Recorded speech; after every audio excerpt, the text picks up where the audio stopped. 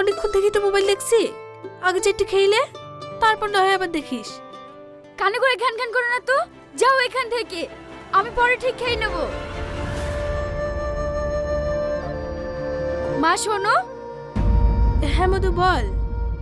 আমার নতুন দুটো ভালো ভালো ড্রেস লাগবে আর একটা মোবাইল। মধু, কদিন আগেই তো দুটো জামা নিলি, আবার এখন এত টাকা কোথায় পাবো বল? ঘরে একটাও চাল নাই, দোকানদার আর বাকিতে দিয়েছে না। তোর আব্বা মারা যাওয়ার পর লোকের বাড়ি কাজ করে সংসারটা আমি কোনো রকমে চালাই।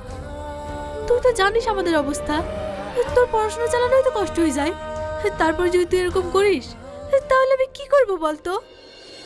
সব বান্ধবীদের হাতে নতুন নতুন ফোন আর গায়ে ব্র্যান্ডেড ড্রেস, আর আমি এভাবে গেলে আমার মান সম্মান থাকবে?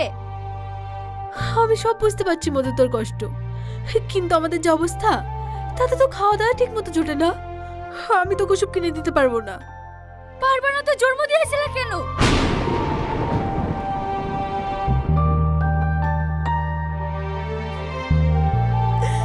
মারে, তুই এত বড় কথা বলতে পারলি? শুধু তোকে মানুষের মতো মানুষ করার জন্য আমি দিনরাত পরিশ্রম করি। আমি তোমার কোনো কথা শুনতে চাই না। আমার ভালো ভালো পোশাক লাগবে, তুমি কোথায় পাবে সেটা আমি জানি না।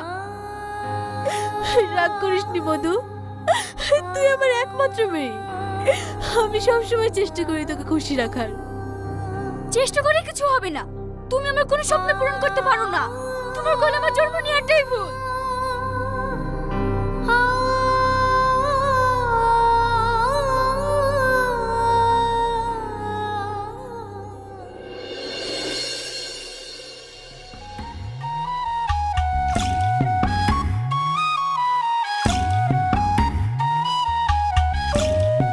এই শ্রাবণী, স্যার পড়াচ্ছি আর তুই ক্লাসের মধ্যে ফোন দেখছিস কেন? চুপ কর তো, আমার যা ইচ্ছা তাই করব। ক্লাসের মধ্যে এত জোরে কথা কে বলছে? এই শ্রাবণী, তুমি ক্লাসের মধ্যে ফোন দেখছো কেন? রাখো ফোনটা। Sorry sir. ঠিক আছে বসো। দেখলি তো, বললাম না তোকে ফোনটা বন্ধ কর। শুনলি তো স্যারের কাছে বকা। বাদ দে তো। শ্রাবণী, তুমি এতটা নোংরা, একজন শিক্ষকের কথা অমান্য করছো। আমি চাই না তোমার জন্য আরো স্টুডেন্টের অসুবিধা হোক।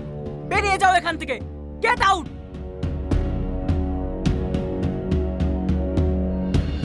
কি হলো, কানে কথা যায়নি? যাও বলছি।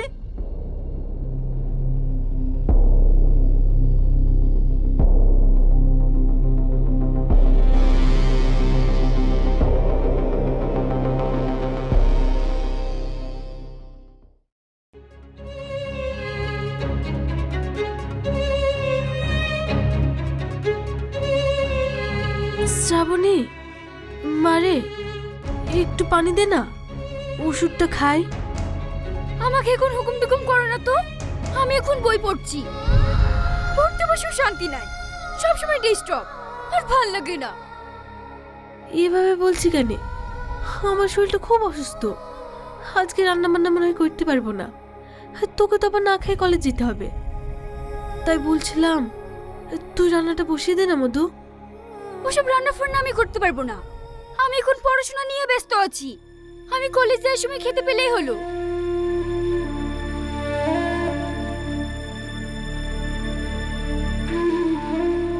জোরে আমার গা পড়ে যাইছে।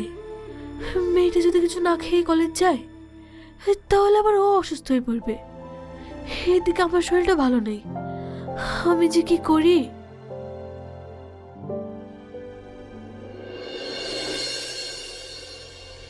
মেয়েটা আমার একটা কথা শুনে না, এত জেদি মেয়ে, ওকে না আমি আর পারিনি।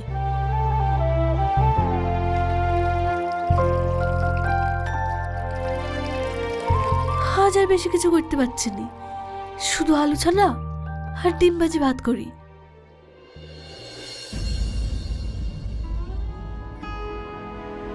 নে মধু, খেয়ে নে।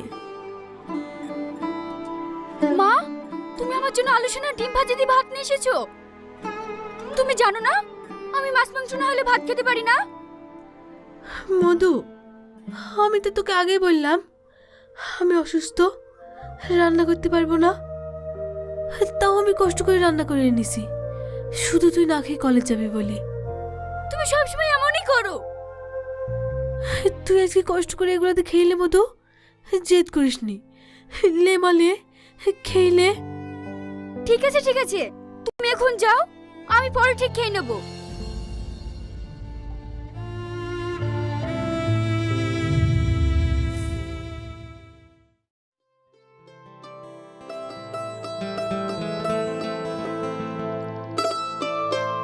আচ্ছা ঠিক আছে, তোরা যা।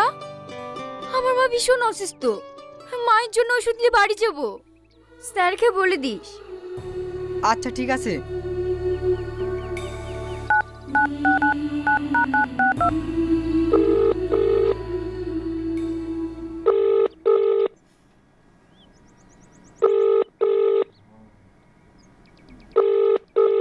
হ্যালো রিয়াজ, তুমি এখন কোথায় আছো? এই তো বাড়িতে। আমি এখন ফ্রি আছি, চাইলে তুমি আমার সাথে দেখা করতে পারো। হ্যাঁ হ্যাঁ, আমি এক্ষুনি আসছি। ঠিক আছে, তুমি এক্ষুনি চলে এসো, আমি তোমার জন্য ওয়েট করছি। হ্যালো শাহিন, তুমি কোথায় আছো? আমি তো বাড়িতেই আছি। রিয়াজ আসছে, তুমিও এসো আমাদের কলেজের সামনে, আমরা সবাই মিলে আড্ডা দেব। আচ্ছা ঠিক আছে, আসছি।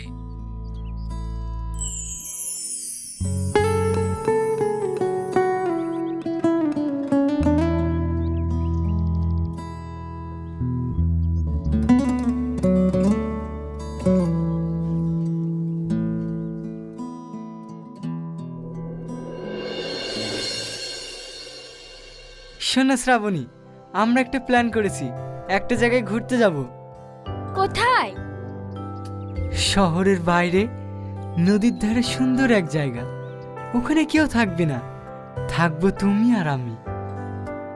অত দূর আমি যাব না। কেন? এখন এনজয় করবে না তো কবে এনজয় করবে? না ভয় করছো? ভয় না, আসলে আমি দূরে যাইনি তো তাই। আরে যাব না বললে হয়, আমরা সবাই যাব। তুমি তো বলেছিলে যে কলেজে সব সময় ভালো লাগে না, বিরক্ত ফিল করো, তাই একটু দূরে ট্যুর করলাম, যাতে আমার ডার্লিংয়ের মনটা ভালো হয়ে যায়। কি বলিস শাহিন? একদম ঠিক বলেছিস ভাই। আরে ছাড় তো, বেশি দেরি না করে কালকেই বেরিয়ে পড়ি। এটাই ছাপুনি সেরা দিন হতে পারে, কি বলিস ভাই? কি হলো শ্রাবণী, কিছু বলো। আচ্ছা ঠিক আছে, তাই চলো। আজ তাহলে উঠি, অনেকক্ষণ হলো কলেজ ছুটি হয়ে গেছে, নাহলে মা আবার চিন্তা করবে। বাই। আচ্ছা যাও, আবার কাল সকালে দেখা হবে। বাই।